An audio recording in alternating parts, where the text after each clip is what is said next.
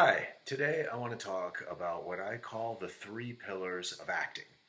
Now, when you first start to research drama school, which school to go to, or when you start drama school and you're starting to learn about all the different ways of looking at acting, you might be confronted with making a choice. Am I going to be a Strasberg actor? Am I going to go to a Strasberg school and follow Strasberg teachers? Or am I going to be a Meisner actor? Am I going to be a Stella Adler actor? Are you going to subscribe to more Uta Hagen work, Michael Chekhov? There are all sorts of different approaches and methodologies in acting, and also not just the American brand, but there's the classic Stanislavski style of acting, and we'll talk about that in a moment. There's the more English European technique based side of things. So there's a lot of different ways of looking at acting, and I want to talk about some of those right here today. So I have had the opportunity to study a lot of these different methods. I've had the opportunity to work professionally as an actor and a director, and I've had the opportunity to teach a lot of these different methodologies. And what I've found is that there are some basic, essential, core similarities between every single methodology that you can learn about as an actor. I've found there are three core things that are the most crucial, the most important elements to your craft as an actor. And these three things can be found, I believe, in any method, in any approach, in any school of thought. So if you focus on these three things, then no matter what the different tools, the different techniques, the different approaches are, you can fill your bag with a lot of tools and techniques. You can equip yourself with an ability to deal with a whole array of challenges and situations in your artistic life. And these three elements will be guiding lights that will help assist you on your way. So to sort of understand these different methodologies of acting, we have to go all the way back to the beginning. And the beginning of our modern era of acting started with a Russian theater artist named Konstantin Stanislavski. He lived in the late 19th century, early 20th century. And in Russia, what was happening during that time was the effects of the Industrial Revolution were really being felt. So there were a lot of advances in technology in the whole world, and they were coming to Russia during that time. There were also a lot of social changes that were happening in Russia at the time. It was a real powder keg of innovation and thought and ideas. And one of the things that happened during the Industrial Revolution over the whole world and what was coming to Russia at the time was there was this real curiosity with how you can take something apart and look at it, how you can take the pieces of something apart and systematize it so that you can correct for flaws in nature, so that you can optimize the way that we create things. You can optimize our understanding of how things work because you're able to take it apart, look at it, and systematize our process of creation. And that is what Stanislavski was doing with the craft of acting. He was fascinated by actors, he was fascinated by theater, and so he started to pay attention to what the great actors did. What is the technique? What can you teach? What can you rely on in the craft of an actor? Before Stanislavski, a lot of the craft of acting was sort of accidental. It was like you're either naturally suited for it or not. You either find an apprenticeship where you're working for a theater company and you're just sort of finding your way along, surrounded by a lot of different actors and playwrights, and you're sort of doing your work and you're sort of learning by doing, but you don't really have a deep understanding of what it is you're doing. And so that was by and large the art form of acting for much of the history of acting. It was apprentice based, it was somewhat accidental, and the understanding of it really, really changed depending on the actor you were talking to, the theater that you were a part of. And so, what Stanislavski did was he started to work and he started to systematize things. He started to see how the actors work, what were the tools that you could take apart and you could develop and you could train. And he did this, and he started a theater company called the Moscow Art Theater. He started this theater company with a theater artist named Nemirovich Danchenko. And they revolutionized theater, they revolutionized acting. The Moscow Art Theater is probably the most important theater as far as the work of the actor in our modern age. And they found a playwright, one of the great short story writers in Russia at the time was Anton Chekhov, and Anton Chekhov wanted to also be a playwright. And so they produced his work, and Anton Chekhov ended up being one of the great playwrights in world dramatic literature. They were doing a production of The Cherry Orchard by Anton Chekhov, and they went on tour. The Moscow Art Theater went on tour around the world. They came to New York City, and a group of theater artists saw the work of Stanislavski and his company of actors, and they were blown away by it. They were really inspired by it. And so they went off and they started a theater called the Group Theater. And the Group Theater existed through the 1930s in America, and that was comprised of Harold Clurman, Lee Strasberg, Stella Adler, Sanford Meisner, Bobby Lewis. And when the group theater started doing their work, started to kind of imitate what Stanislavski was doing, that was revolutionary in America. That was really putting on stage human beings in a way that people hadn't seen before. Complex, truthful human beings in a way that people hadn't seen before. And so that was revolutionary in America. And so each of these people, when the group theater disbanded about 1941 or so, each of these theater artists went off and they started their own school, their own method, their own approach, their own studio. And so this sort of branding started to happen. I'm a Strasberg actor. I'm a Meisner actor. And there's this feud between Strasberg and Meisner. And then there's the Stella Adler. And Bobby Lewis was also a teacher that came from the group theater. And Harold Clurman was a director who came from the group theater. But these artists had their own brands, particularly Meisner, Strasberg, Stella Adler. And then there were other artists like Uta Hagen, who was not a part of the group theater, but she developed a series of exercises and a methodology for training actors that's very influential to this day. And so now we are in a place where we have all of these schools that have been started, all these conservatory programs, all of these liberal arts programs that have teachers who subscribe to one thought versus another thought. And by the way, back in Russia, Stanislavski had a bunch of students who branched off and did their own thing. So you have Grotowski, and you have Boleslavsky, and you have Michael Chekhov, and you have these approaches that have sort of splintered off. So you have all of these different approaches, on top of the fact that you have people who are non-method actors. All you need to do is you need to work on your technique, your voice, and your body. And this is a more, we kind of classically think of this as a more European English approach where it's more technique-based. This is the outside in versus the inside out. So Stanislavski and all of the brands of Americans that were trying to interpret Stanislavski, we would say that's inside out. You start at the inside and then you move out. The more technique-based or technical-based approach is outside in.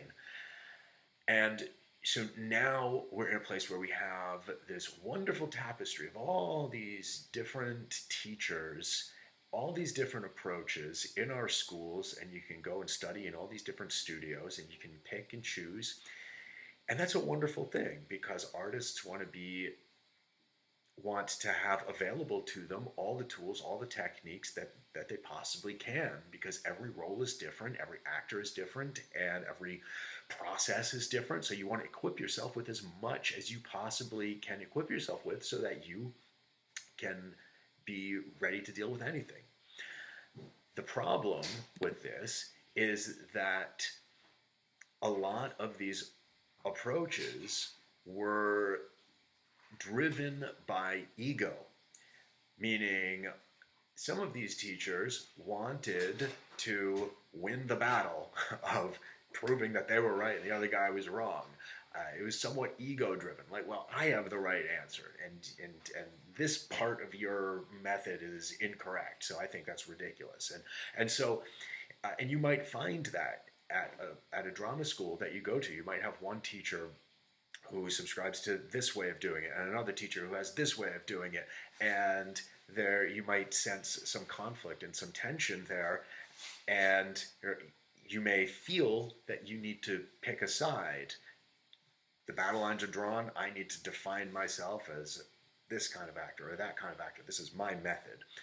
And I think that's really damaging. I think it's not healthy, and I don't think it's good for the art form. I don't think it's good for the profession. I think what's good is drawing connections, synthesizing ideas, bringing things together, finding a way that works for you. So in my work, I have boiled down the work of all these different people that I've studied and tried to put into practice in my own professional work. And I've found that at the end of the day, there are three basic pillars that are driving all of this work. Whether you're a outside in, inside out, Meisner, Strasberg, Udhagen, Michael Chekhov, whatever you subscribe to, here are the three basic pillars that I think we can all agree on. All right, so what are these three pillars? One, no matter what type of actor you are tasked with standing on stage or in front of the camera and being present. Being present, what does that mean? It means listening. It means listening to the world around you. It means really having your feelers out, listening and taking in the sensory information coming from all around you. Where are you? Who are you related to? Who are you in communication with in this moment? What is happening right around you right now? And how spontaneous and alive and in the moment can you be? So that's really, for me, one of the three crucial pillars of acting. Listening. And this is not something that comes naturally. This is not something that's easy. It requires training. It requires a lot of different exercises. And let me tell you, no one teacher has a capitalized market on the best listening exercises. Whatever opportunity you get to exercise your ability to be present, in the moment, focused, listening, deeply, actively listening, follow that and build those tools for yourself. So, first pillar, as far as I'm concerned, listening, being present.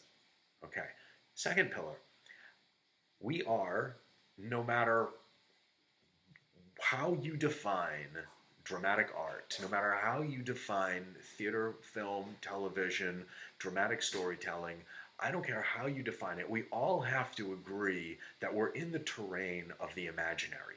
Even if you're dealing with real life subjects, even if you are telling stories that actually happened, if we are actors and if we are creating fictionalized accounts of true events, we are dealing in the land of the imagination.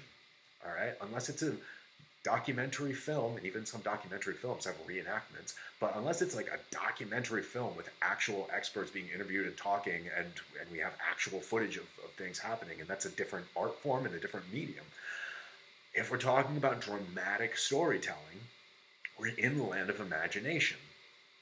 And that means that the actor has to be able to be informed by imaginary circumstances. Now, what are imaginary circumstances? The imaginary circumstances are all the elements of the story. Who are you? Where are you? Where are you coming from? What are you doing? What do you want? What's your relationship? And the more nuanced your understanding of the imaginary circumstances are, the more you're able to allow those circumstances to inform your behavior, the more captivating your performance is going to be, the more information we'll get from your behavior. So we want actors who are transmitting information through their behavior.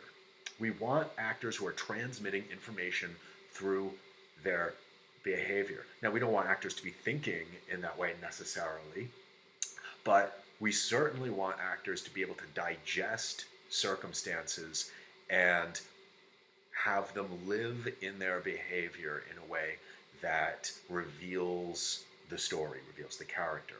So, the first pillar, listening, being present. Second pillar, a deep and thorough examination of the imaginary circumstances and finding a way to transmit that through your behavior.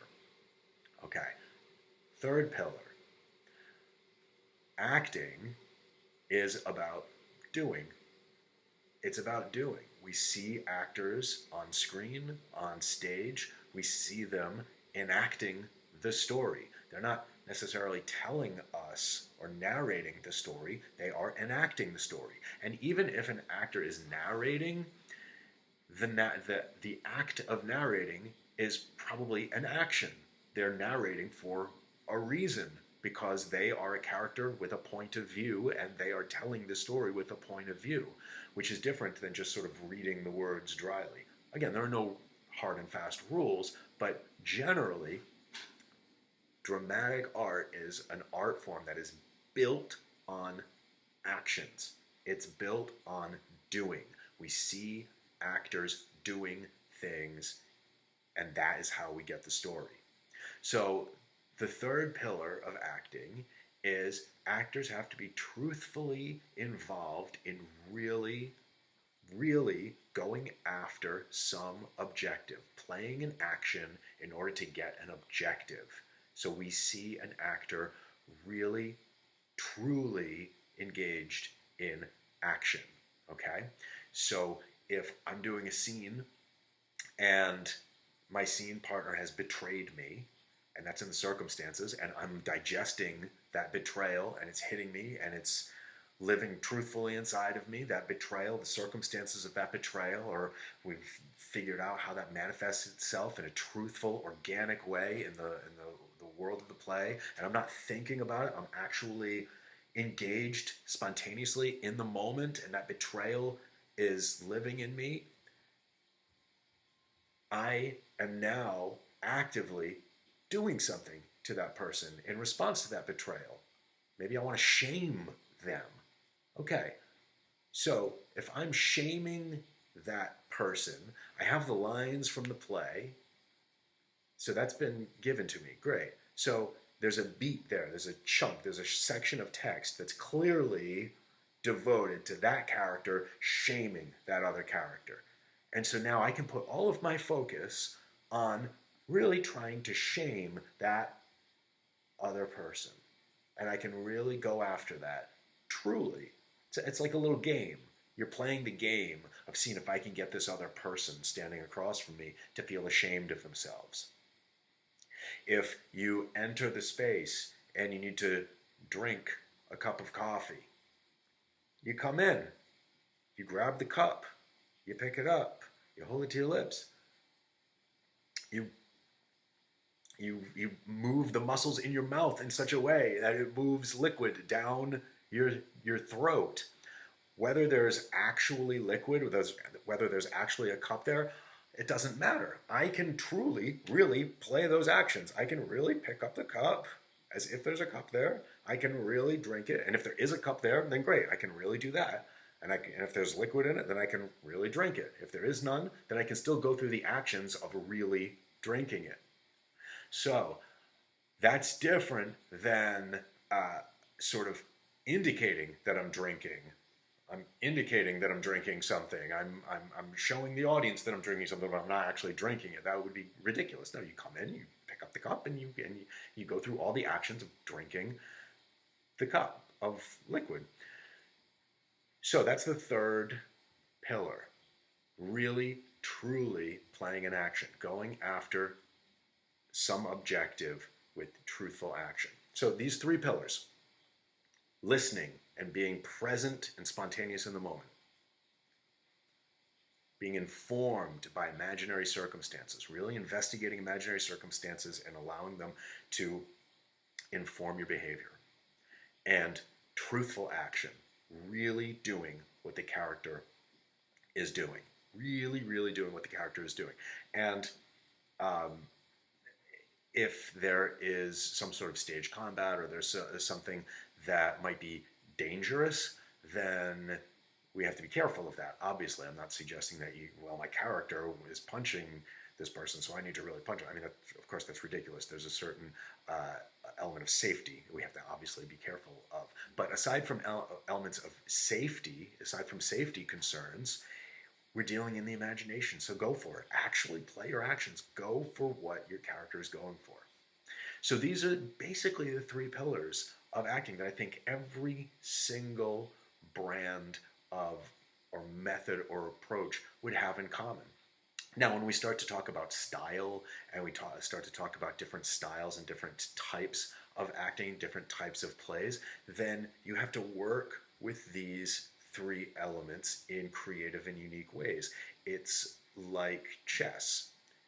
Chess, you have a fixed number of pieces, and you have a fixed number of moves that each of these pieces can do.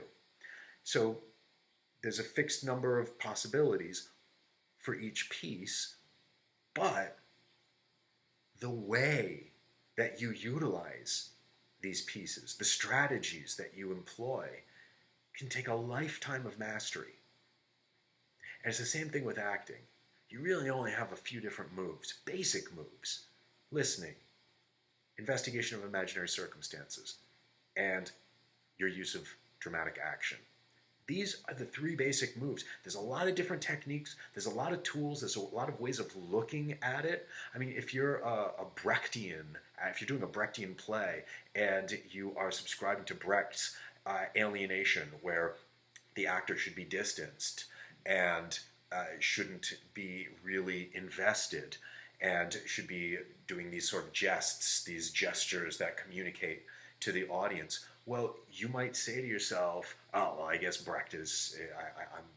I can't. I'm ill-equipped to utilize any of my actor training, because my actor training was all about being truthfully engaged emotionally and really losing myself in the moment." Well, you can look at this as a Brechtian actor is doing a scene with the audience, and their scene partners the audience, and they want their audience through the character to feel certain things. And so there may, in Brecht's mind, be a certain artificiality, but we're still seeing actions. We're still seeing people on stage trying to enact a story in order to get a response. They're getting a response from the people they're acting with through their character, and Brecht would say that, he wants to see character, in quotes, saying their lines as if in quotes. So they're doing something to their other characters on stage, but they're also aware of the audience. So you can start to utilize these three pillars of acting in creative and unique ways. If you look at Michael Chekhov talks about a psychophysical technique, and it's a brilliant array of exercises and approaches to how you can view your own body and how you can view your imagination. Things like radiating. You can imagine that you're radiating energy from your body. You can imagine that you are different elements: earth, fire, water, air. You can flow like water. Well, these are very imaginative, abstract sort of ideas of, how would your arms move like water. But you could also, if you're creative and you're open, you could say, well, that's just another way of looking at circumstance. It's an abstract circumstance, but if I say to myself that I'm flowing, I'm a flowing character in water, well, then you're being informed by that. That's a circumstance. It's an abstract circumstance. It's a circumstance that's not born from literal, materialist, pragmatic, right brain sort of analysis, but it's a poetic circumstance. It's, yeah, this character is like water, he's flowing. And so that can inform you. So these three pillars, if you look for them, it will minimize the noise of a lot of the, unfortunately, a lot of the bickering and ego that happens in actor training, and you can really just keep your barometer set on how do I get the most truthful, interesting, engaging, most human performance I possibly can in my work. Listening, circumstance, action. So, Bristol Theater students, please continue to watch these lectures every Friday. Write your responses in the comments below. Anybody who happens to be watching this who's not a Bristol Community College theater student, if you're curious about the work that we do, check us out online and check out the rest of our videos on this channel. There will be more to come, more content from both me and the students at Bristol and guest artists in the future. So I will see you soon. Thank you.